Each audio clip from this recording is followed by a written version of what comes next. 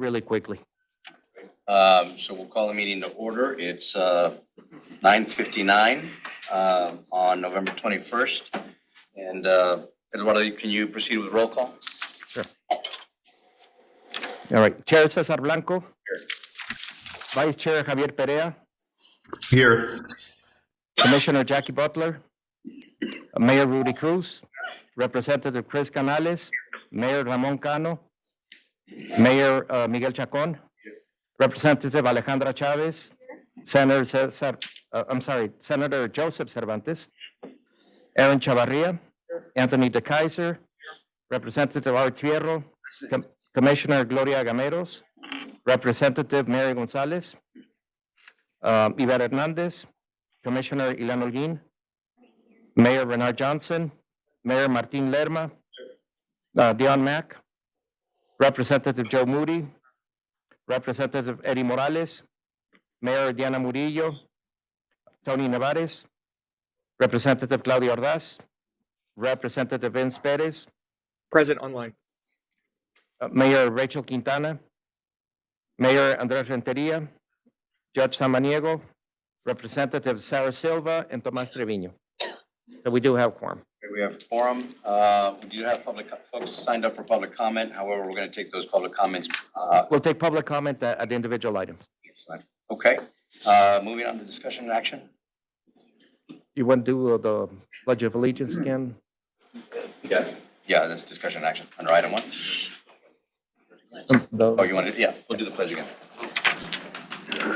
Pledge allegiance to the flag of the United States of America and to the republic for which it stands, one nation, under God, indivisible, with liberty and justice for all. As previously stated, we do have folks signed up for public comment. We'll take those comments per item. Moving on to discussion and action. All right. Item 1 is consider approval of the minutes of the October 17, 2025 TPB meeting. Motion approved. Second. We have a motion. We have a second and a second. Any opposed? All in favor? Aye. Motion passes. Item 2 is consider approval of the preliminary project list for the Regional Mobility Strategy RMS 2052 Metropolitan Transportation Plan and the RMS 2027-2030 Transportation Improvement Program. Here with a brief presentation is Ann Gallante. All righty. Good morning. Ann Gallante for the record.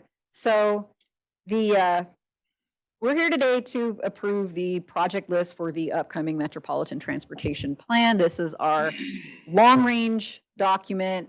All of the projects that are going to get funded with federal money must be in this plan. This plan gets modeled for its impacts on congestion and air quality, and that is a federal requirement. We do this once every 4 years, so this is the opportunity for plans to get added and subtracted. And this forms the basis of pretty much all of the transportation things that we do, this process that we're going through right now.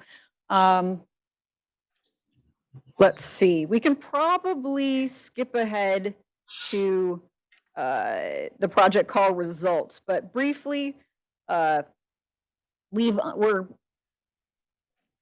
partway through our development schedule of this plan. The preliminary steps included different iterations and methods of public outreach. Plus, also last year we brought the vision and the goals to this body for their approval to use in project selection and the development of the plan. We have been working on putting this project list together, creating geographic information for each of the proposed projects, scoring, ranking, and making sure that money was available for everything that made it into the plan. The remaining tasks include actually doing the transportation modeling, writing the plan document, public comment, adoption, and federal review. There's a slide on the goals of the plan. We have things like safety, integrating land use, making sure that our transportation system is comprehensively accessible, expands connectivity, and enhances resiliency and maintains infrastructure. In order to develop this list, we embarked upon a project call process in which we took several steps in getting lists of projects from each of the entities within our MPO region for the projects they wanted to include. We were ultimately, based on anticipated funds available, able to include 78% of the projects for 68% of the money that was initially requested. We had almost $7 billion in requests, and we have about $5.3 billion in anticipated funding for the region. Most of that is in funds exclusively available to TxDOT, and 20%-ish is in categories that are available to local government entities. In the Texas portion of the MTP plan, we have about 11% contingency, which is considered prudent given the way inflation has been riding and also given the unpredictable nature of funding right now. As you may recall, we've had a series of amendments necessary to keep ourselves in fiscal constraint, considering that we saw a reduction of funding of 25% for our congestion mitigation funding within our TIP years, with a 50% reduction beyond our TIP years. So we think that, given that context, it's prudent to leave a little bit aside for unanticipated rises in costs faster than we calculated inflation, and also it's foreseeable that we could see a somewhat unpredictable funding picture. So 11% contingency is included in that plan. So about 80% of the projects are TxDOT with TxDOT exclusive funds, and about 20% of the projects are local projects with funds available to local entities. Next slide, please.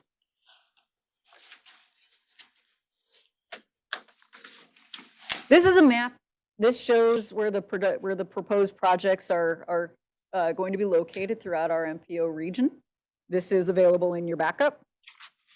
And then we're going to go briefly section by section. We're going to start with Texas Highway, then Texas Transit, then New Mexico, which encompasses highway and transit. So we have 119 projects, almost $5 billion programmed, 80% TxDOT, 20% local entities. And we're going to look at a couple of pie charts that just shows how that money is proposed to be distributed. Next slide, please. So this is, if we're looking just at number of projects, this is who gets how much.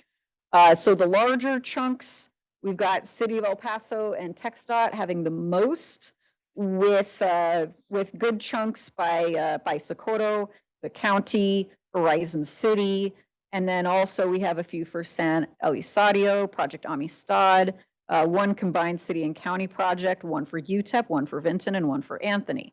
Next slide is going to look at the total funding breakdown for everybody, and then we're going to see one more that just looks at, if we take TxDOT out of there and just look at the local entities. All righty, so biggest slice of the pie, TxDOT projects with TxDOT money. This makes sense. Freeways are more expensive than local streets.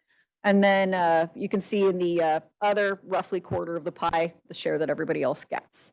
And then next, we're going to look at just the local entities, who gets how much.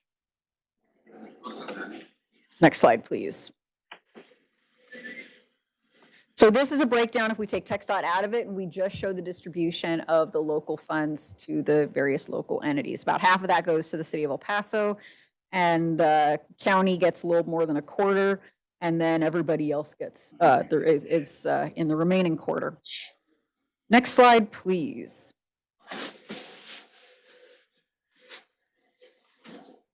So for Texas Transit, we are assuming over the entire life of the program, about $600 million, most of that being in formula funds that go directly to our transit providers for them to program, and about $61 million over the life of the program is this the 5310 program, which the MPO administers. This provides services directly to seniors, disabled individuals, and veterans. This is mostly, we do a project call every other year or so, and so this is reflecting, we get, just the amount over the 20 plus years covered by this plan. And then in New Mexico, We have about 845 million in funding available, projected to spend about 809 million of that with about a 5% contingency. Most of that is going to NMDOT for 7 projects. And then for local entities, this covers the spread of the remaining share. We have Anthony and Sunland Park. Anthony, New Mexico is getting almost 40 million for 3 projects, and Sunland Park is getting about 218 million for 5 projects. But if we take the port of entry that's proposed for the New Mexico region out of there, then the remaining projects comprise about 43, almost $44 million. Next slide, please.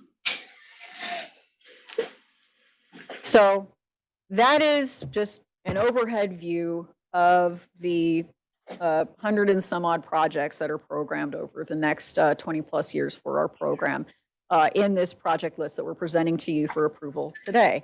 So we also, in addition to having a requirement to have our metropolitan transportation plan, we also have a requirement that we have a 4-year fiscally constrained short-term planning document. So most of the time when we bring items before you, this is what we're amending. We're amending, funding or timing or programming new things into the project or the list that covers the next 4 years. And the state mandates the time year period. We do this on a cycle with all of the other MPOs in Texas. We're currently midway through the 25 to 28 cycle, but this year we need to work on the 27 to 2030 cycle. So the project list that covers years 27 to 30 in the MTP is also the project list that's going to become the basis of the 20 to 30 TIP. So we are asking this body to approve the project list for both things today. So within years 2027 to 2030, we have about $1.2 billion in funds. Reflects a similar split to the MTP in terms of the distribution of TxDOT versus local entities. And we're expending pretty close to all of that. We got 11 TxDOT projects and 23 local entity projects. Next slide, please. And then this just lists who gets how much for what. And this list is in your backup, and in the interest of time, we'll be moving forward. So our recommendation to you all today is that you approve the draft preliminary project list for the 2052 MTP, as well as for the 27 to 2030 TIP. And that concludes my presentation. Members, any questions? Motion approved. Oh, yeah, and TPAC's recommendation is approved. Thank you. We've got a motion to approve. We have a second. We have a lot of public comment. Oh, that's right. That's right. We do have some questions. You have questions? We can go ahead and. I was recently in a meeting with El Paso Water Utilities, and they were talking about population projections and how they're planning for infrastructure development. I'm curious about what population projection modeling are you using? When you're making these decisions, are you thinking about a decreased population size, or are you still using the projection models that you were using previously with an increased population size? No, every time that we go in a plan update, every 4 years, we update, the projections. We have been using traditionally the projections coming out of the state demographer's office. And I don't know if you've been following the news recently, but there's some concern about the growth rate of El Paso County compared to other areas in the state of Texas. So that is included in our projections. In other words, the growth rate is not as robust as it was in the past to account for that. But again, these are projections. We're looking at 2052 as our horizon year. So it's out there in the future. But indeed, to answer your question, yes, we take into consideration the latest information available. And again, we came with we're using the projections from the state demographer's office. In other words, we don't come up with those control totals for El Paso County or for New Mexico internally, us. Our job is, we take those control totals and through a process that includes input from, multiple people. And this time, I think Salvador is still here. We can get into one of the innovative procedures that we use this time using a land use model, Urban Sim. But we can have that discussion. But to answer your question, yes, we are always mandated to use the latest planning assumptions. I guess my other question is, I see in the plan, there are projects that are still obviously taking public comment and that there are maybe even some concerns. And I'll be really transparent. Everybody knows I have very real concerns about Border Highway East. It's on the plan. It's on the plan to be funded. So what does that mean for somebody like me who has to now take a vote? That vote is very transparent to people I have made commitments to, saying I'm against this. Right. So projects that are in the outer years, like Border Highway East, I forget exactly where, the two phases are in the outer years. So they are funded with funds that we anticipate that we will get in the future, right? It's not the same thing as, like Ann was explaining, like a project in the tip in the next 4 years. Those projects are funded with real money, right? The projects, as you get farther out, projects are matched with, funding that we anticipate that will be available within reason to the region, right? In the case of a Border Highway East that you mentioned, that project has been looked at, by TxDOT and by the MPO and by many for many years, but there's still not a firm commitment to advance it, in the next few years. There's been a lot of feasibility study planned, as you well know. There's still, from a congestion relief, a high level, we still think that it's a good project. But once we get into the actual details of, alignments and all that, that is still an activity that needs to be done in the future.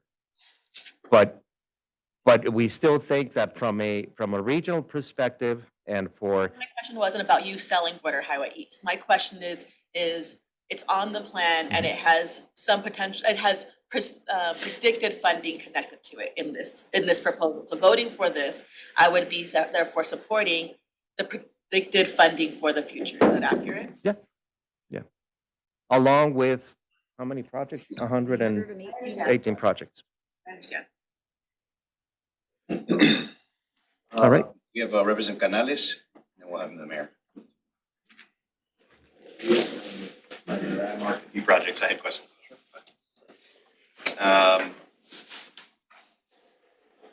Sorry, diving into the project list a little bit. 17 and 18, that's the Montecillo design phase and the Montecillo construction phase. There's like 6-year gap. Yes. Would we anticipate 6-year design phase, or is that just how we were able to fit the funding? It's how we were able to fit the funding. Okay. But theoretically, there would be that large of a gap between design and construction? Yes. Okay. I mean, could be, but if that is a project that gets traction, it becomes more of a priority, then we would work with a sponsoring agency to accelerate the implementation. Right. For now, this is just like a not a guess, but it fits with where the funding is. Anything or so our assumed caps for category 7, which is the funding through which we can build new roadways for local projects, we're assuming $26 million a year. So anything with a price tag approaching that or exceeding that, we need to accumulate multiple years of Cat 7 funding in order to make it happen, and we need to do nothing else within those years. So just for those larger projects, they are spaced a little further apart, and they do have kind of longer lead ups because that's what's necessary in order for us to just get it working fiscally. Okay, yeah, I noticed similar on Paso del Norte Bridge port replacement. There's the feasibility, and then 5 or 6 years later, the the potential construction as well. Similar problem. And then, let me see, downtown safe streets, I think was the next one. Yeah, number 34. Is that the city's repackaging of what was formerly the CBD4? Yes, that is. Okay. Let's see, one more. The 85, 87, 88 is the hero. We don't have like funding category listed here. Where do we anticipate that multi-year hero funding coming from? Cat 7. Oh, that's it. Okay.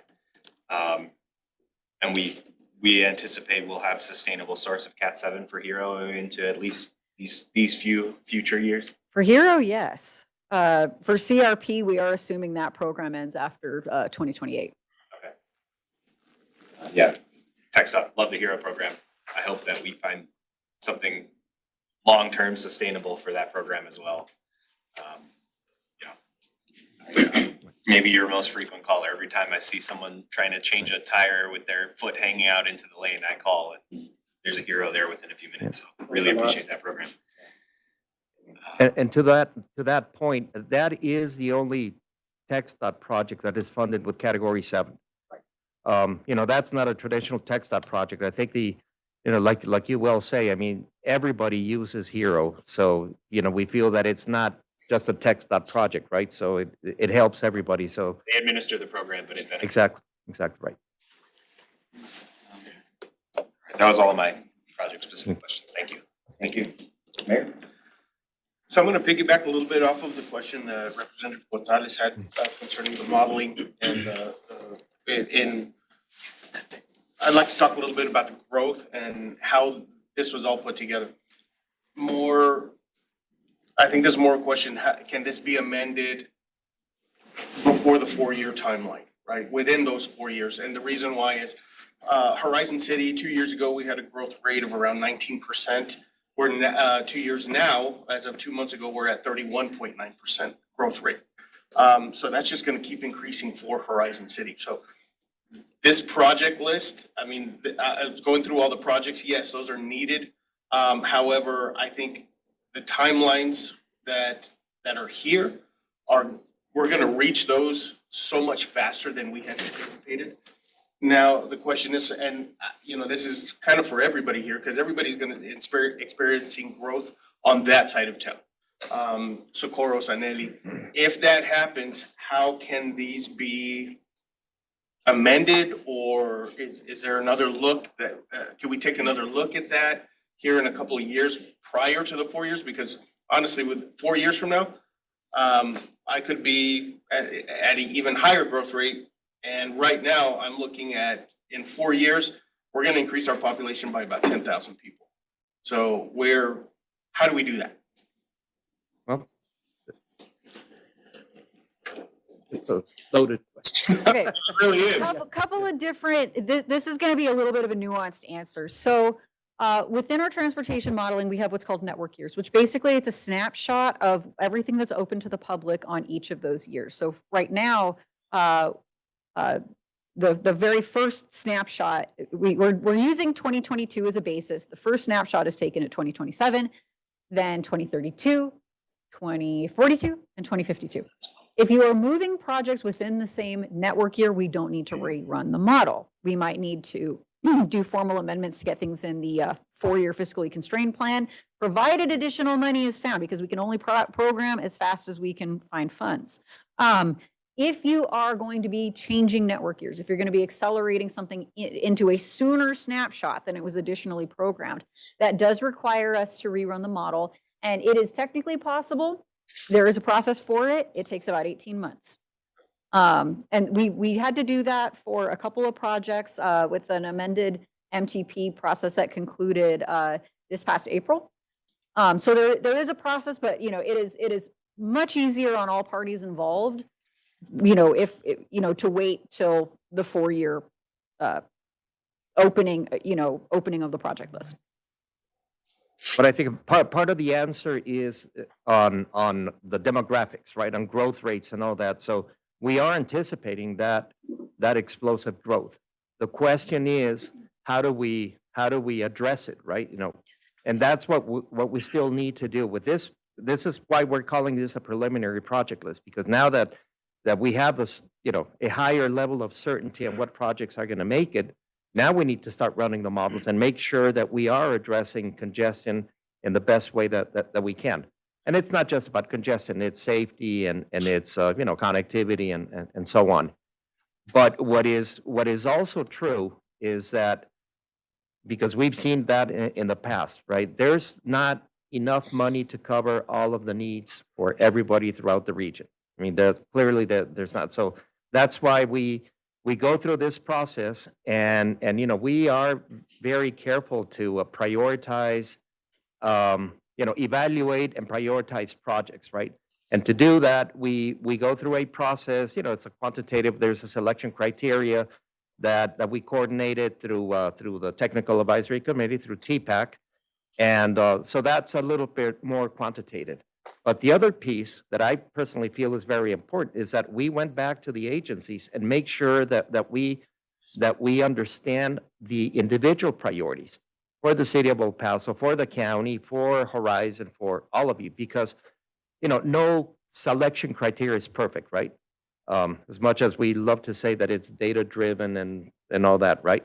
But we want to make sure that we're not missing projects that are priority for the individual sponsors.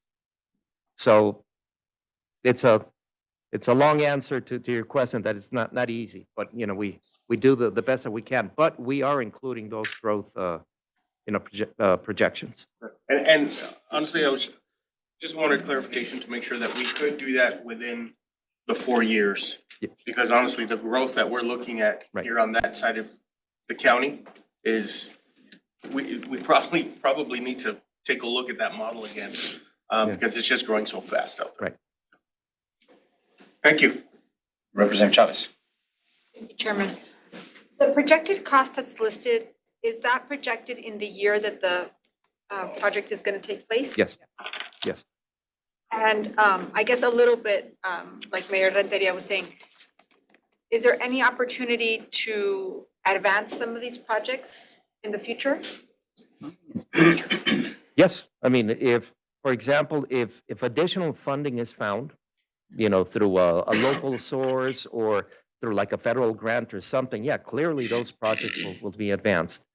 But if it's a project that is competing with this for the same pot of money, well, that's what this process is all about, right? So if you want to advance a project, well, likely something needs to move out, right?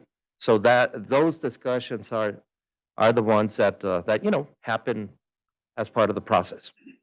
Do you know how often that happens? Or how accurate this timeline really is? Well, I mean, it's our best estimate based on need, but also based on where individual projects are as far as development, right? If you tell me that it's a $50 million project that you want in 2 years, but there's no engineering, no environmental, you're going to need to acquire right away. It's not going to happen in 2 years, right? So that's in the outer years. But like Ann was saying, that we get into the technicalities that if it's an added capacity project that triggers conformity, then it's very time consuming to do that. And this is one of the reasons why we want to make sure that we have a good list as we start modeling. Because once we approve the plan and the conformity gets approved by the federal partners, making changes is onerous for all of us. Representative Gonzalez. Thank you. I want to build a little bit on what Mayor Rodriguez said. I think what I have concerns with beyond the Border Highway East component is if you go back to the graph that shows the percentage of El Paso, Horizon, Socorro, County, et cetera, that pie chart, it's complicated. I represent both El Paso and the more rural communities or suburban communities. But the other one, the local projects one, that one. Like Mayor Rodriguez said, Horizon population is growing 31%. The city of El Paso population is growing by 0.05% according to the El Paso Times in May. I don't want us to get hyper competitive, but are we being are we distributing in a fair way? And how are we making sure that we're distributing in fair ways? Because when I think about population growth and changes, I would think that 50% would be Horizon, Socorro, the county, because people are moving to those areas, and yet we're planning for more of that pie. And I represent El Paso too, so it's a complicated situation, but it does seem that there might be some gaps for these communities that are starting to feel the growth in their communities that is not being felt. And the other thing is they're new communities. So El Paso has roads in some ways, whereas Horizon still is building roads. And so I'm curious about these numbers attached with growth. Well, it should be stated that 100% of the projects submitted by the county and by the communities to the east, they got literally everything that they requested. We had to make it work in terms of just when we can afford to do what with the money that we anticipate being available. But the communities that had projects moved to the information list were the larger ones that had submitted more. So literally everything that was submitted, that was requested from us, from those communities, and to include the county, made it into the plan. I think I hear you, but I know I grew up in Clint. We don't have transportation engineers, right? So I think that sometimes, yes, maybe they submitted for X, but maybe they didn't even submit for something else because of capacity issues. And so again, I guess I would love to see a chart of distribution based on population growth and how we're modeling that. Sure, absolutely. If I may. And I just want to say, like, I love El Paso too. I love everybody. I just want it to be fair. Do you have any more questions? Thank you. Mayor? So yes, everything was granted because of funding, but maybe not in the year that we're looking at. So if, some of these projects here, we're looking at, 2052 or 2042 for Horizon. We're looking 15 years down the line where the city may be looking at that construction here in 3 years or 4 years. That's where I'm getting at. So because of the growth.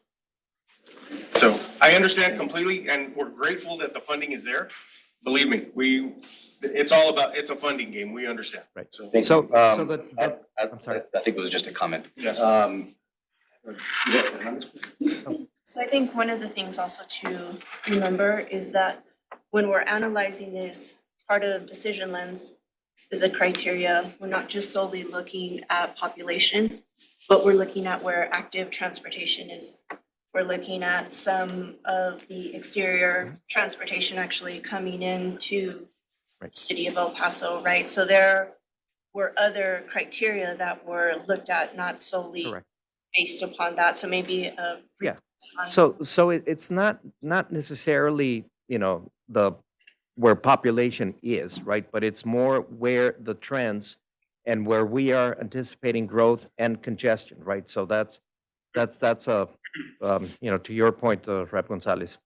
But yeah, there, like you say, Ms. Hernandez, the selection criteria includes not just congestion relief, right? It includes other elements like you will state like active transportation, multimodal, but it's also connectivity, safety, and other elements. Any other questions? We've got public comment, right? Right. Okay. So moving on, we have several people here in person and several that sent in that we will read into the record. So if it's okay, Mr. Chair, we'll start with those in person with Mr. Diego Reyes. And as a reminder, you have 3 minutes. And Nick, can you help us with the?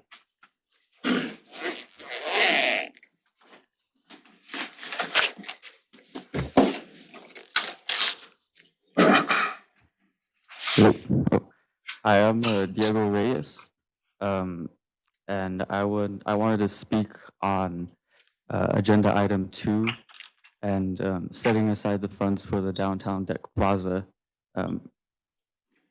So right now I'm at EPCC, I'm studying architecture. And a week ago, the Downtown Deck Plaza Foundation had actually came to our school and to talk about that whole project. Before then, I had heard about the project, but I had mostly heard what was on, BitFam and all those social media sites. But once they came to us to talk about it, it really opened my eyes and it got me excited for the future of our city. I think timing wise, the highways are only redone every 50 years. So timing wise, this is a once in a 50-year opportunity to do this deck plaza. And right now in school, we're learning about urban planning and city design and the importance of these public spaces and what they do for the health of the community and to just bring the community together in general. So I hope that this project continues to get support because it's exciting, especially for me. I'm 19, so by the time this project comes to fruition, it's right in my kind of generation. So it's something that's exciting. It's something that will impact El Paso greatly, positively, and it is possible. So I hope that this project comes to fruition because I really want to see it happen. And yeah, thank you. Much appreciate it. All right, next, we have Analisa Cordova.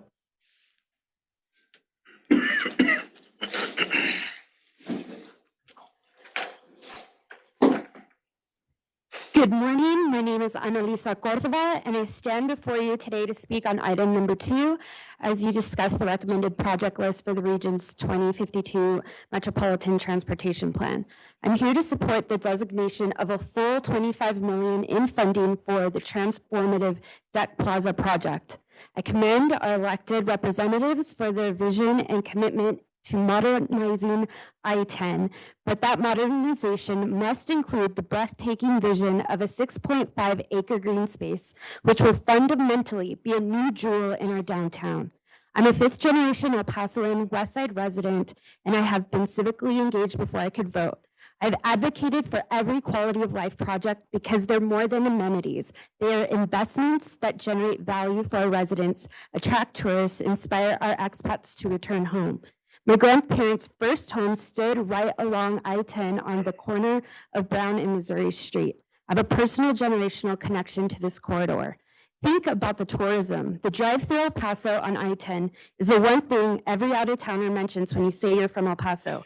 Imagine their experience when they drive through and see a vibrant community, bike trails, linking neighborhoods to a thriving downtown, a massive green space in the middle of a desert.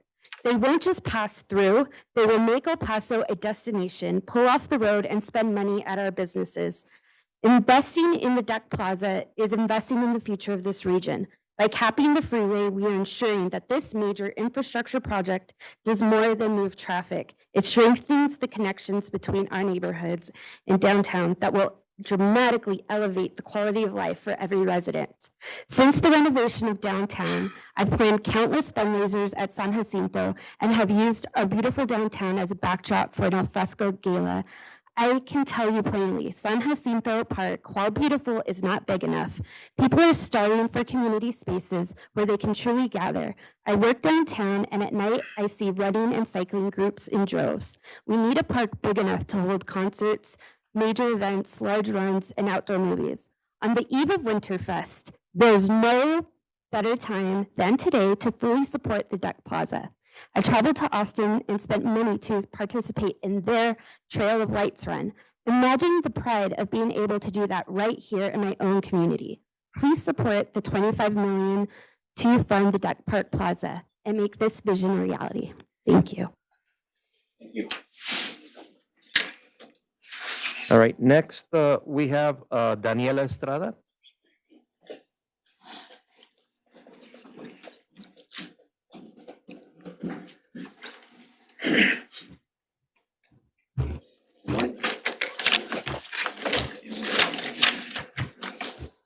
Hello, I'm also here to talk to you guys about agenda item number 2.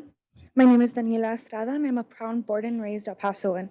I've been blessed to travel all over the United States, but in my opinion, nothing will ever compare to the Sun City.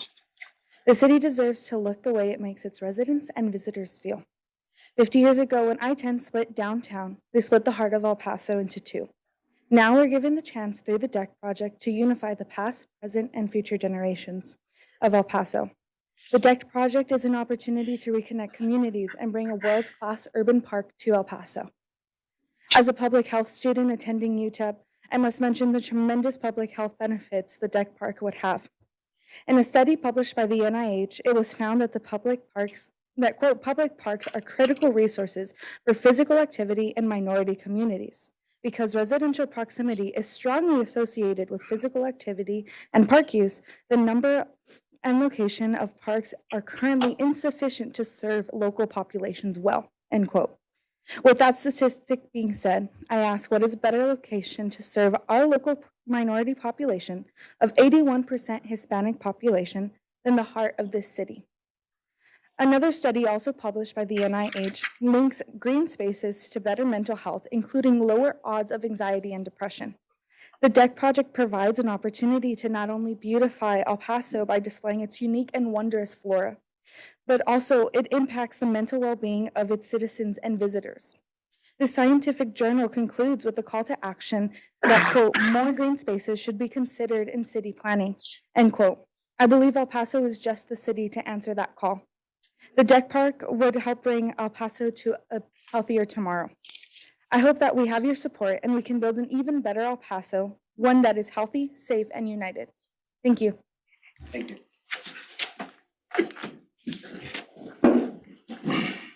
All right, next we have Matthew Guzman.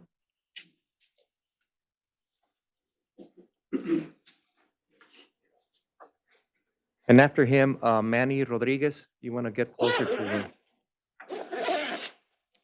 Morning, everyone. Excuse my voice. I'm here also to speak in support of the funding for the DEC park. I moved here in 2015 with my wife with a 2-year plan to get out of debt and enjoy some sunshine and golf while we were here, and then make a beeline back to Chicago, where we moved from. At the 2-year mark, we decided, El Paso's okay. We can do this for another year. Let's stick around. And we kept saying that year after year. We did that a few times until a house in Sunset Heights popped up on the market and opened our eyes that there was urban living right here in El Paso, which is something that we were seeking for ourselves and our family. The urban lifestyle is something that I think has been overlooked in El Paso. I tell this story to highlight 2 things. The first is it's incredibly difficult to recruit people to El Paso, and it's equally difficult to retain them. It takes time for the beauty of the desert and the charm of El Paso to sink into a non-native. And the second reason is to highlight the fact that I don't think we would have stayed here if it weren't for finding Sunset Heights and urbanism here in El Paso. Young families and young professionals, the very demographic that we're trying to attract and retain, they don't want to live in the fringes of a city. They want to live in the middle of it all. They want to feel the heartbeat of the city and be a part of the activity of everyday life. So I urge you guys not to view the DEC park as an expense or a line item on the budget. It's really an investment, a meaningful and impactful investment in the city that we want to build for professionals and innovators. We need to create that central hub. And to these people's point about growth, there's some red flags right now in the city of El Paso. We're seeing our growth slow. It's having a very real and tangible impact on our public schools. We're seeing those close because families are leaving the city. If we don't do something to attract them back, I think we're going to continue down a path of shrinking. And if our population goes from growth to shrinkage, it's going to fall on every taxpayer to an exponential point. So I just urge you guys, as you have a voice and a vote going forward about the deck park, consider those things. Let's invest in the core. Thank you. Thank you. Right now, we have Manny Rodriguez. Thank you. Good morning and thank you. Chair and members of the Transportation Policy Board, my name is Manny Rodriguez, speaking on behalf of the El Paso Chamber, which represents over 400 organizations across businesses, nonprofit, healthcare, education, and public sector partners across our region. I'm also here on behalf of our President and CEO, Ricardo Mora, who could not be present today as our team is presenting our annual report to the El Paso Chamber membership. I'm here to speak on item 2 and express the Chamber's strong support for the recommended designation of $25 million for the Downtown Deck Plaza project as part of the region's 2052 Metropolitan Transportation Plan. I also want to thank everyone who continues to support the modernization of I-10 reflected in the project list, including $500 million for I-10, project number 89, and for recognizing the critical opportunity to integrate a 6.5-acre cap over the freeway as part of this effort. This isn't just about modernizing a highway, it's about building the next generation of mobility, commerce, and regional connectivity. Highways are redesigned roughly every 50 years. Therefore, we won't get this chance again. As we reinvest in I-10, we must use this once-in-a-generation opportunity to cap the highway and reconnect neighborhoods long divided by it. The Deck Plaza will generate significant returns for our region, new jobs, increased foot traffic, support for small businesses, multimodal connections, housing opportunities, and meaningful environmental and health benefits. A recent impact study estimates it will create nearly $1 billion in economic activity for El Paso. This project is more than a park. It's an economic development infrastructure that brings people back into the heart of the city, supports mixed-use growth, and improves quality of life. With more green space, walkable and bike-friendly design, and new public gathering areas, the Deck Plaza has the potential to reconnect communities and create a safer, healthier, more vibrant downtown for families, workers, and visitors. The MPO support and designation of funding would be a major milestone, not just for the project itself, but for El Paso's future. We have a real opportunity to lead the nation in how highways are reintegrated into urban cores, combining mobility, safety, innovation, and community connection. But we can only accomplish this through collaboration across public, private, and nonprofit partners, which is what the El Paso Chamber is here to do and to convene. On behalf of the El Paso Chamber, I respectfully urge the board to continue supporting the Deck Park Plaza and to approve the recommended $25 million project designation in today's plan. Thank you for your time and for your continued leadership on regional mobility. Thank you. Now, next we have Joe Gudenrath.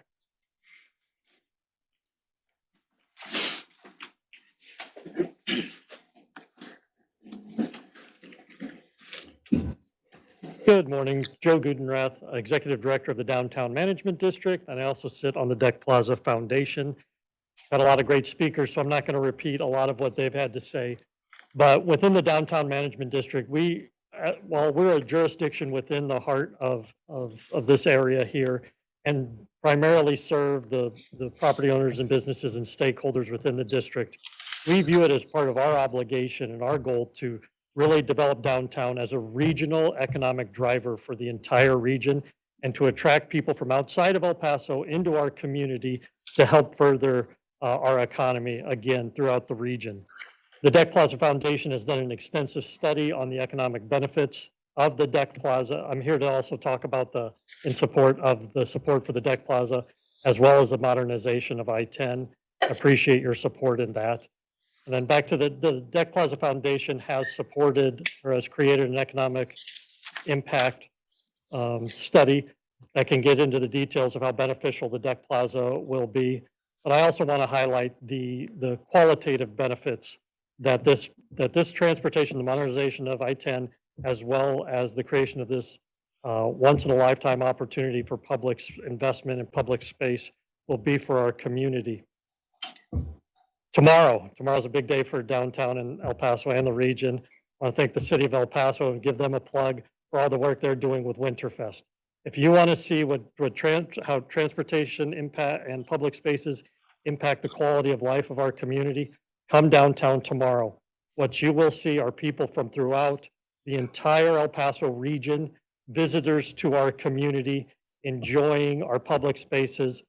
A significant amount of them will be traveling on I-10 to get downtown, so get here early. There'll be a little congestion, but you will see our community truly enjoying great public spaces, great activation, and again, being an economic driver for our community. So again, I encourage your support for the funding for the Deck Plaza, your continued support for the modernization of I-10, and thank you for your time today. Mr. Chair, I have three that were submitted in writing that I'll read into the record. So the first one is from Mr. Daniel Rubio. My name is Daniel Rubio, and I am both a local business owner and a resident of the Sunset Heights neighborhood. I'm writing today in strong support of allocating the proposed $25 million toward the Tech Park Plaza project. When my family and I chose Sunset Heights as our home, one of the most exciting prospects was the future development of the Tech Park Plaza. At the time, my children were too young to fully grasp what such a space could mean for our community, but now, years later, they are thrilled by the possibility of having a world-class public park just steps from our home. Their excitement reminds me that this project is not simply for those of us here today, it's an investment in the generations that will follow. The Deck Park Plaza represents opportunity for community connection, for economic growth and tourism, to create a healthier, greener, more livable city, and to show our children what vision and progress looks like. El Paso deserves projects that elevate our identity, encourage families, entrepreneurs, and visitors to plant roots here. This development will be a meaningful step forward for our city's continued growth, resilience, and ability to compete with other thriving metropolitan areas. As someone who lives here, raises a family here, and operates a business here, I urge you to move forward in support of the funding request. Our future families, future businesses, and future El Pasoans depend on the decision made today. The Deck Park Plaza is more than infrastructure. It's a statement of confidence in our city's potential. Thank you for your time, your leadership, and your consideration of this transformative project. I hope you will join me and many others in supporting a stronger, more connected, and more vibrant El Paso. Respectfully, Daniel Rubio. Next, we have another comment from Mr. Joseph Soto.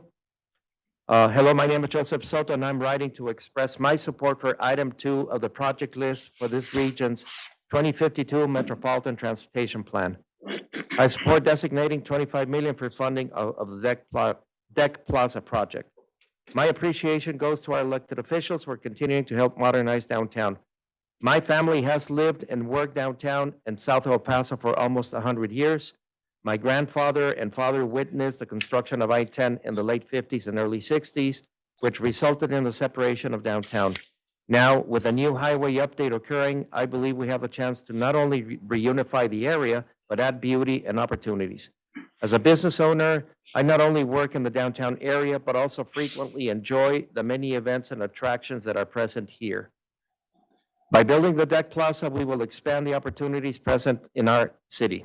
The Deck Plaza will bring new investment into the area and boost the number of visitors downtown. I appreciate the opportunity to convey my thoughts on the Deck Plaza and hope that you will vote in favor of the recommended project list.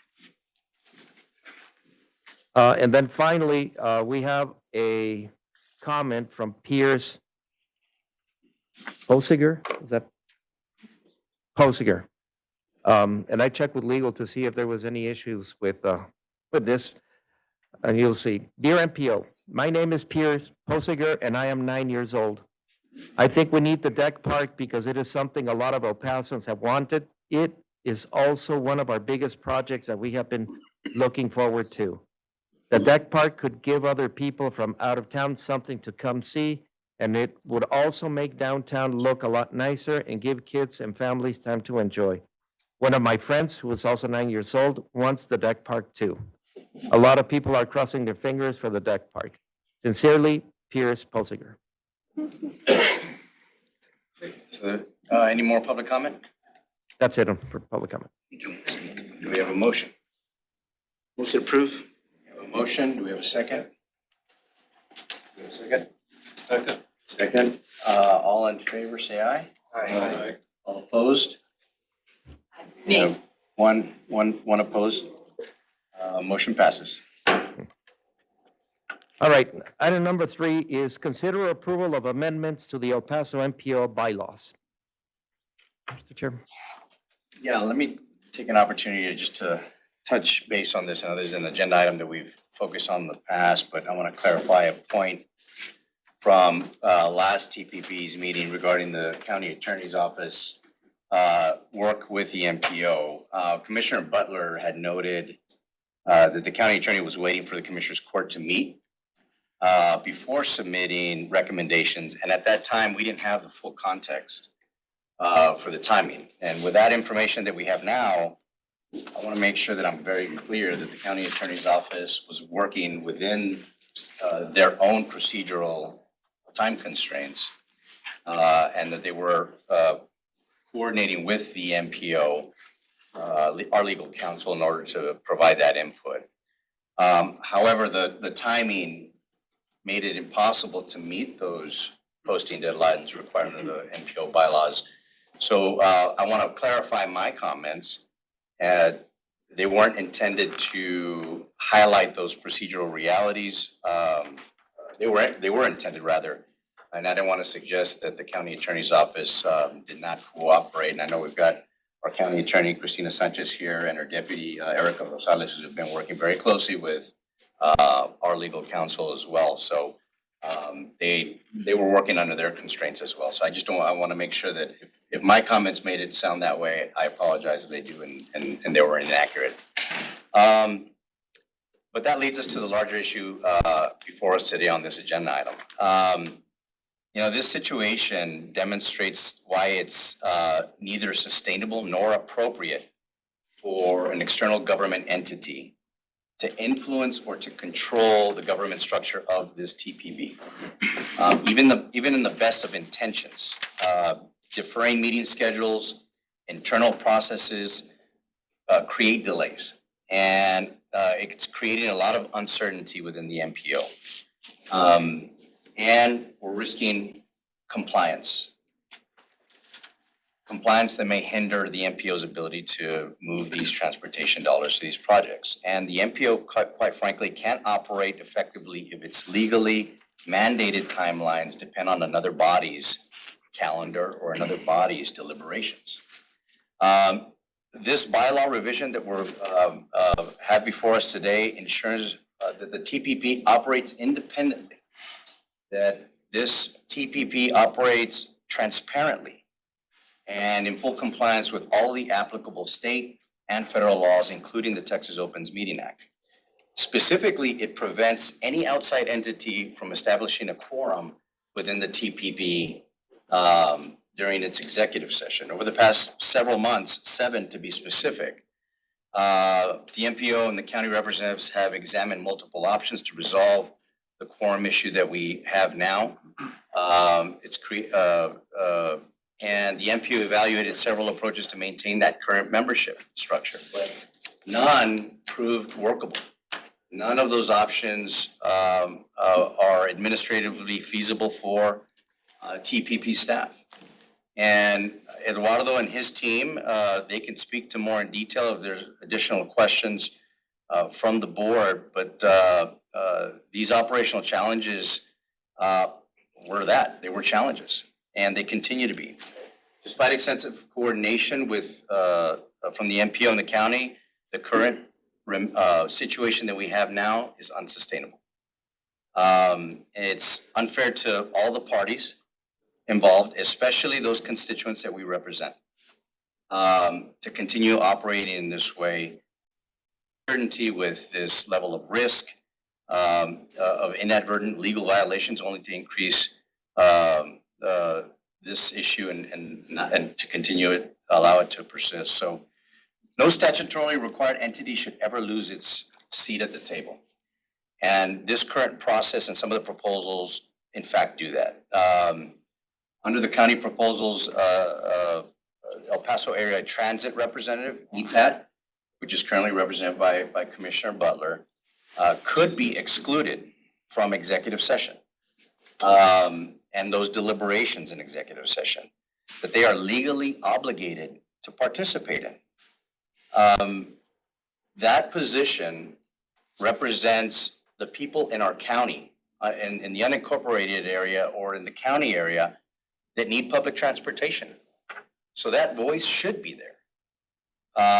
However, it creates both compliance risks.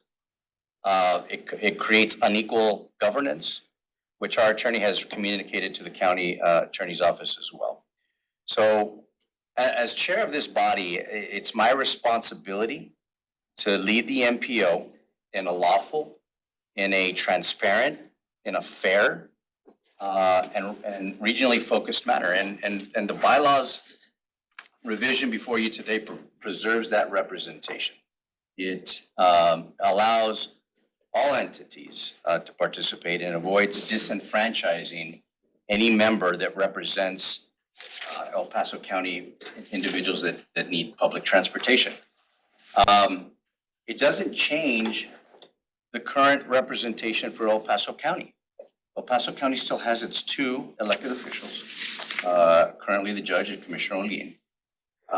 And it still retains the El Paso County Mass Transit Authority representative. It just won't be an elected person that creates a quorum. So this change protects every member organization by ensuring compliance with state and federal laws and safeguarding that the MPO's ability to function effectively in the future. Look, many of us have served on this body for many years. This is my 10th. And we have been able to work collaboratively. We've been able to deliver. We've been able to advance a lot of transportation projects that our region deserves. So adopting this bylaw change is going to allow us to continue that mission, to allow us to efficiently and lawfully, and in partnership with all of our local stakeholders, to be represented on this board.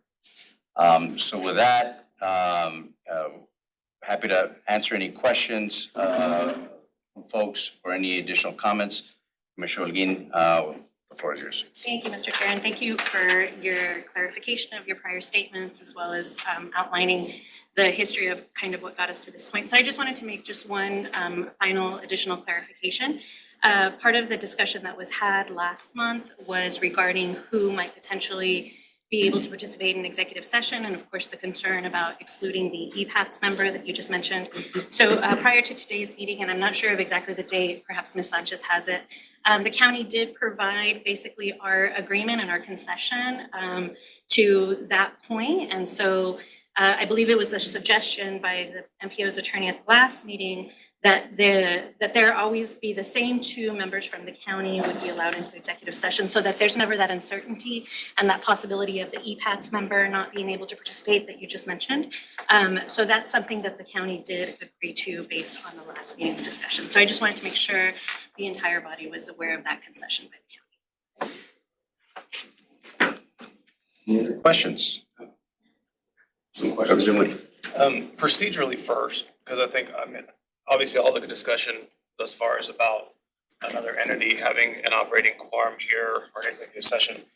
There are a number of other amendments to the bylaws that are proposed here that I think no one has any objection to. I guess my question is procedurally today, are we able to divide that question? That's a question for our legal counsel. Deborah, are you on? And can you please turn Yes. your camera on? Sure, trying to. It's just not responding very quickly. We can hear you fine. Can you hear us? Yes, and maybe I'm blocked from starting it. I've tried, it's not doing anything, but yes, I heard the question. Sure, that could be if there was a motion and a second to take up separately the part of the bylaws amendment. I think it's in Article 3 about membership, and vote on that separately. That, of course, that could be done. It would require a motion and a second and discussion on that. So it would be a motion to approve the bylaws as proposed. And then once that motion has a second, then someone seeking to further amend it by breaking it in two could make a sub motion to the primary motion. To approve. Yep, well, so then that's after public comment, after all that, correct? Procedurally, that's something we do at the back end when we're getting ready to vote. I just want to be clear.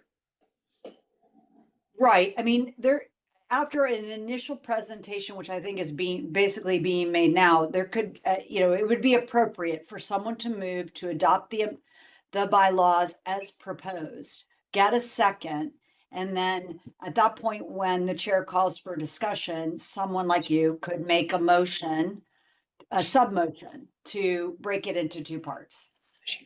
Understood. Okay, that's just a procedural question. I have just some factual questions, and I apologize for not being in attendance last month where a lot of this discussion was had. My understanding, and I guess we have people from the county, I assume, that are signed up to. Do we have anyone signed up to? Yeah, there's no sign up. Nobody signed up. We don't have any. Okay. Well, then I'll ask. The transit authority at the county, their position, obviously in the bylaws, they have a position on the TPB. Is that required under federal law? Their participation at this entity? Do you want to take that, Deborah, or? Yes, it's in the federal regulations, it's required that there be representatives of transit authorities, county transit authorities, who is in the bylaws for the MPO. However, there's no requirement that be the chair. It could be any staff person. It's just a representative. Right. Okay, no, and I understand that it's still a decision up to that Right. entity who they send. Right. But that the seat itself here is mandated. Yeah, I guess I have more questions. Reading through the bylaws of the transit authority itself, the chair is always an official from the county, whether it be a staff person or an elected. And I think currently there's 2 commissioners serving in those 2 out of the 3 positions. And The transit authority, Commissioner Butler, Commissioner Stout, and yes. one other. So this, I guess the question I've got is, and I've been here, look at the table, this is 14 years I've served here. And never once have we had another entity establishing quorum here. So I do understand that that's clunky and it is a new legal question that we're asking. The concern I have, just as the senator and chairman stated, we don't want another entity essentially dictating how processes work here. Can our bylaws essentially bind another entity that has a lawful seat at this table? And are we opening the door to legal questions about our ability to do that and bind the hands of the transit authority as to who they can send? Because, I know Town of Anthony sits on Transit Authority, Village of Vinton, so out in my area, I think a lot of them are out on the east end of the county that sit there. So I don't know if that is a legal question that's been asked by this body before you take an action. Do we have an illegal opinion? Do we have the ability in our bylaws to bind the decision-making of another entity? I would recommend that we discuss legal issues in closed session. Okay. Are there other MPOs in the state not a legal question, but are there other MPOs in the state that have an operating quorum of another entity that sit on their MPO? Do you want to take that? And I believe the county attorney's office did do research on that, Representative. Has it been submitted to us? And I apologize if I'm behind on this. And we do have 2 attorneys, another attorney, including our county attorney. I'm not sure if you would want to hear from them. I'm not going to demand that I hear from them, but I think these are some of the questions that are just good to have. Yeah, the answer is yes. There are other MPOs that do operate with a quorum of a third body. Do you know which ones they are? I thought San Antonio was one of them, but. And what is it? And again, I apologize because I'm sure this was discussed a month ago. What are and you talked about kind of going through the different options of creating some workable framework for both entities. What are the solutions that are employed by those entities? Do we know that? Has that been reviewed? You can ask our legal counsel. Deborah? Yeah, what the answer to all of your questions about have these things been reviewed, the answer is yes. And considered. I would recommend that to talk about what all the answers are and what all the thoughts are about that. It has been thought about and considered, but I do believe that it's appropriate to have those conversations within closed session. So the answer to the question is, has it been reviewed? The answer is yes. Would you like to go to an executive session? I don't want to belabor this point, but because I think it could subject us to some sort of legal Would you action. like to make a motion? I move to let the body move into executive session for We have this. a motion to move into executive session. We have a second. We're now in executive session. All right, so before we do that, some logistical things. We need to clear the room so that only the board members are here. And Marisol, do we have the other WebEx link ready for those board members that are remote? Just quickly, I think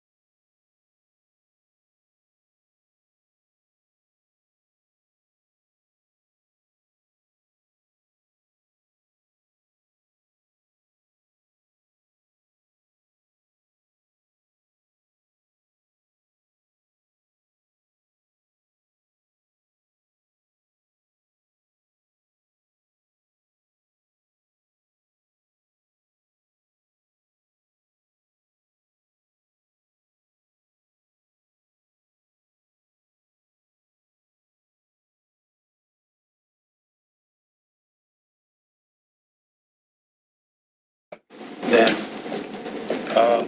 the others would be voted. I think there's like 6 or 7 others voted in the other motion. I don't know how functionally you do that, but that's my motion. Sorry to be the Robert's Rules. Sure. It's I don't functionally operate- a motion for division of the question. There you go. I'm not a Robert's Rules guy. I know the Texas House rules.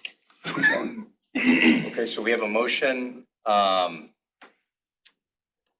we have a motion to, The way that Representative Canales stated it, I would move to divide the question. The separation would be the amendments to bylaws amendments to Article 3, membership, and then the other bylaws amendments being housed in the other vote. and the justification. And the justification for the motion. I think the other items are unobjectionable. I think there are certain questions as to the Article 3 amendment. At least that's been the bulk of the conversation.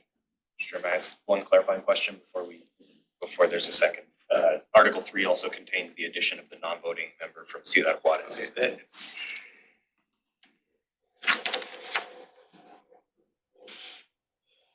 Thank you. Would you like to? 2, 3, 4, 5. Okay. In the item, in the backup documentation, there are 1, 2, 3, 4, 5, 6, 7, 8 amendments proposed.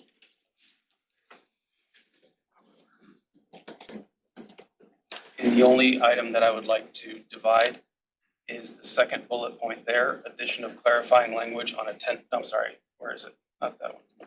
There it is. The third bullet point, addition of language defining a policy that TPB membership may not constitute a quorum of another local unit of government. The other 7 I would divide out into another question. So we have a motion to separate. Is there a second? Second. There's a second. All in favor, let's take a roll call vote. Actually, if I may, if I may. Sorry, am I right? You're right. There was a motion and a second prior to that. There was one on the table. So there was one on the table. So I think if I'm correct, council, that has to be voted on prior. Is that- What was the first The motion? motion was to adopt the item. To approve the item, there was a motion by the mayor. There was a second by Mayor Cruz. So Deborah, That's, we have a motion and we have a second on approving the agenda item. And then and then there was a second motion okay. to amend by Representative Moody. Procedurally, Deborah, what do we need to do? Do we need to vote on the first motion? I think that we can vote on the sub motion. And if, I'd have to, I can get a copy of the. One of the precedents charts. But I think that, if it's amenable to the motion maker, makes the difference on how you proceed. Let me look it up. Okay. I didn't anticipate this question, so let me look it up. Yeah, and it's already been restated by the chair. So we have a sub motion on the floor. We have a second for that sub motion. I'm going to ask for a roll call vote. Show the chair voting nay on that sub motion. All right, so on this sub-motion, Chair Blanco, no. Vice Chair Perea? Make clear Can't what vote. we're voting on. Oh, do you have to be present to vote? This is on the No. division of the question. Division of the question, right? Right. Just to separate. Yeah. Separate the two things. Mayor Perea? But you have to Nay. turn. Okay.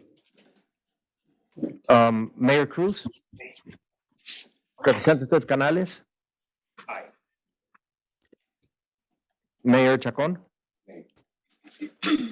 Representative Chavez?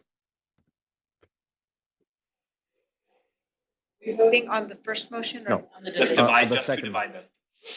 To divide it. Aaron Chavarria? Anthony De Kaiser? Representative Fierro? Aye. Commissioner Gameros? Representative Gonzalez? Aye.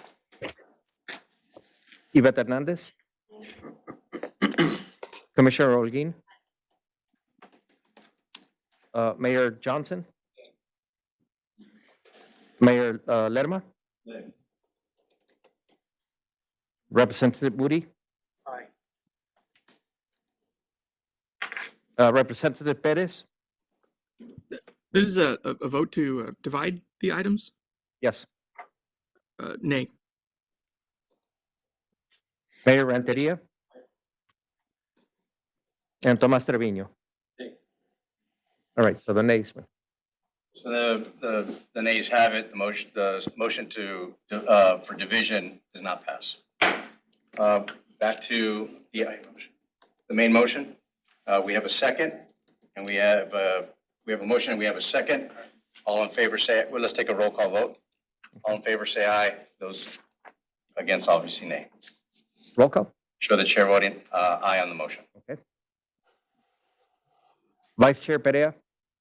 Aye. Mayor Cruz? Aye. Representative Canales? Aye. Mayor Chacon? Aye. Representative Chavez? Aaron Chavarria? Anthony De Kaiser? Representative Fierro? Commissioner Gameros? Representative Gonzalez? Yvette Hernandez? Commissioner Olguin? Mayor Johnson? Mayor Lerma? Representative Moody? Representative Perez? Aye. Mayor Renteria? And Tomas Trevino? All right. Motion carries. Motion carries. Thank you. Next item? All right.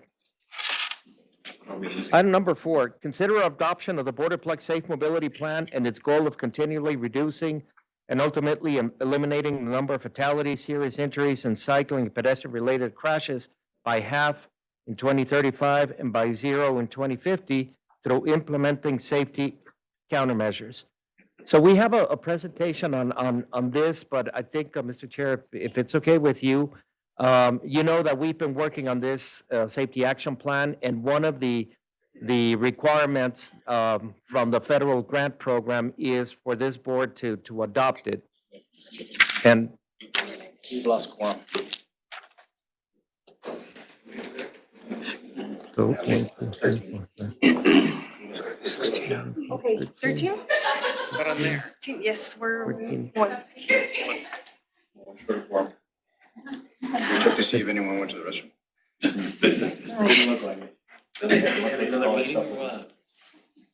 Is there anybody out there in the?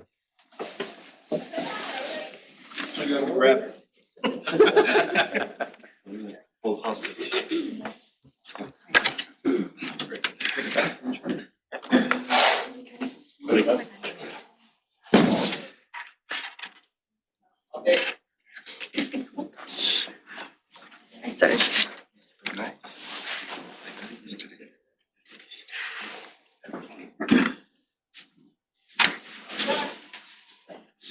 He's working on it.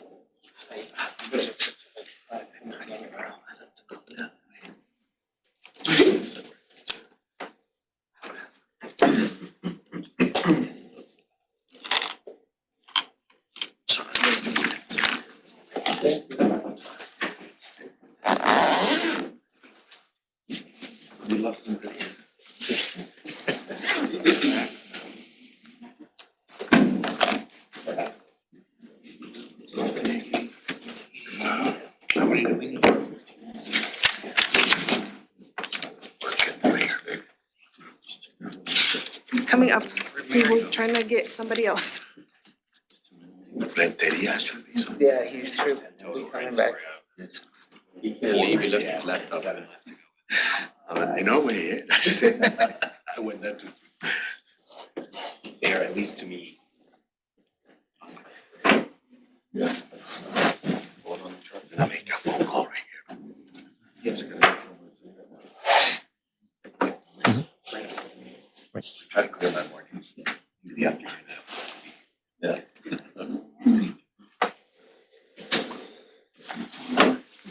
This is a 9:30 start.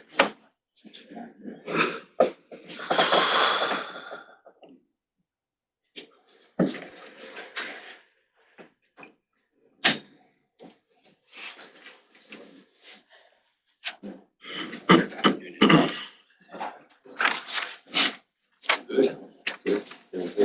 6-inch diameter drill shaft. And they lost good. Or we can't even adjourn.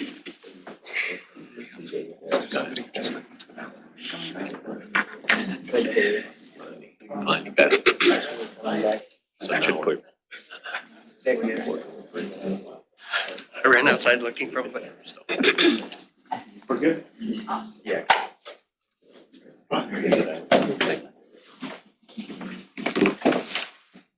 Okay, rather quickly, can we get? Do we have 16? Were there 16 minutes?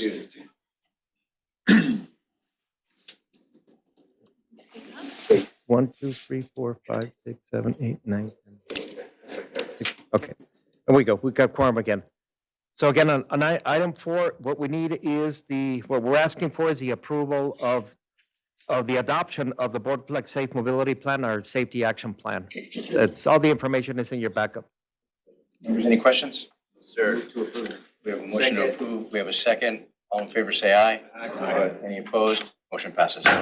So item 5 is consider approval of amendments to the amended RMS 2050 MTP and RMS 2025-2028 TIP to program the following projects using fiscal year 26-28 Texas Transportation Alternative Set Aside TASA program funding as recommended by the TASA Project Call Ad hoc Committee. And items A, B, and C as written in the agenda. We recommend approval for this. Any questions? Motion approved. No motion, okay. Oh, you got a motion to approve. We have a second. All in favor, say aye. Aye. Any opposed? Motion carries. Item 6, consider approval of an amendment to the RMS 25-28 TIP to remove the Border Highway Connector construction phase CRN E100-391 project from Appendix D. Again, we recommend approval for that. It's a procedural item. Questions or discussions? Motion. Very quickly. We have a question? Just very quickly, this is because of it being pushed out of the funding year and it's no longer eligible in the Well, because it's now funded for construction, so now it's programmed as on the regular TIP. So it's no longer needed to have it in Appendix D. Thank you. Any other questions or discussion? All right, do we have a motion? Motion. Second. We have a second. All in favor, say aye. Aye. Any opposed? Motion passes. Item 7, consider approval of amendments to the amended RMS 2050 MTP and the RMS 2025-2028 TIP for the following projects. And the projects are as described in the agenda, and we recommend approval for this. One note on this item. We've got a floor amendment for 7B. The CSJ and the NPOID were listed incorrectly on the agenda. The correct CSJ is 0924-06-734, and the MPO ID is M506. We're going to vote on the amendment. Do we need to vote on the amendment? I'm not sure if we needed to vote on the amendment. I'll make a motion to approve the item, including the amendment. Do we have a second? Second. All in favor, say aye. Aye. Any opposed?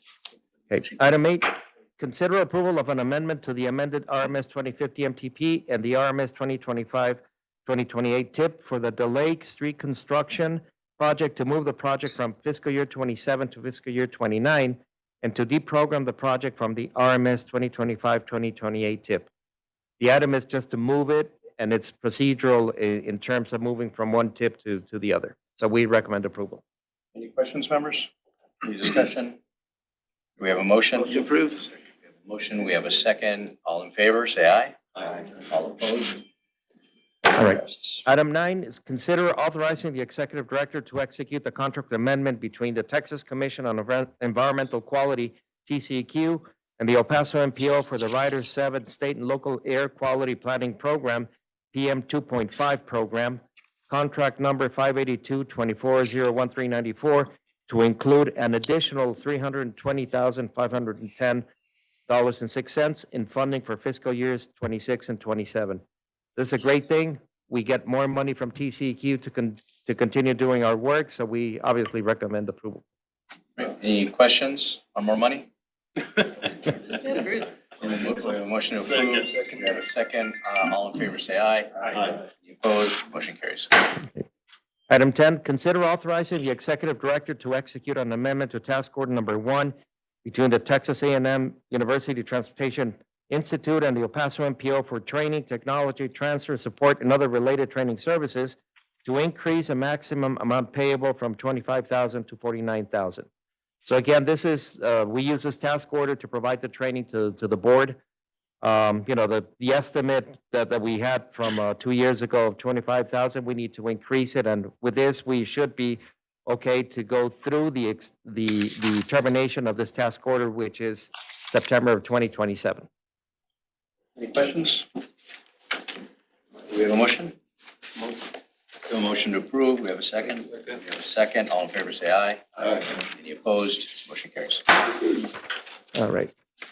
And for reports of discussion, the executive director's report, a lot of really cool things that are going on with our binational, our international border crossing strategic plan, a lot of meetings. At the same time, TxDOT is initiating the update of the border transportation master plan. So there's a lot of things that are going on at the same time, and many of you have been invited and will be invited to participate in all of these. With a little more time next month, we can come in and explain how all of these different studies are overlapping and complementing each other. With that, I think that's it, Mr. Chair.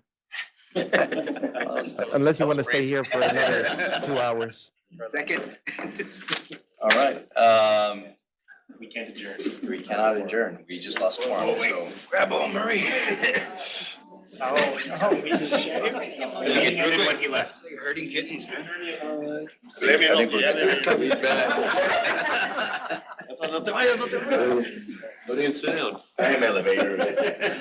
Move to adjourn the meeting. We have a motion to adjourn in a second.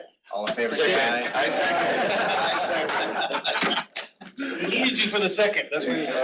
All in favor, say aye. Aye. Opposed? Thank Thank you. Gracias, Miguel. Acabó.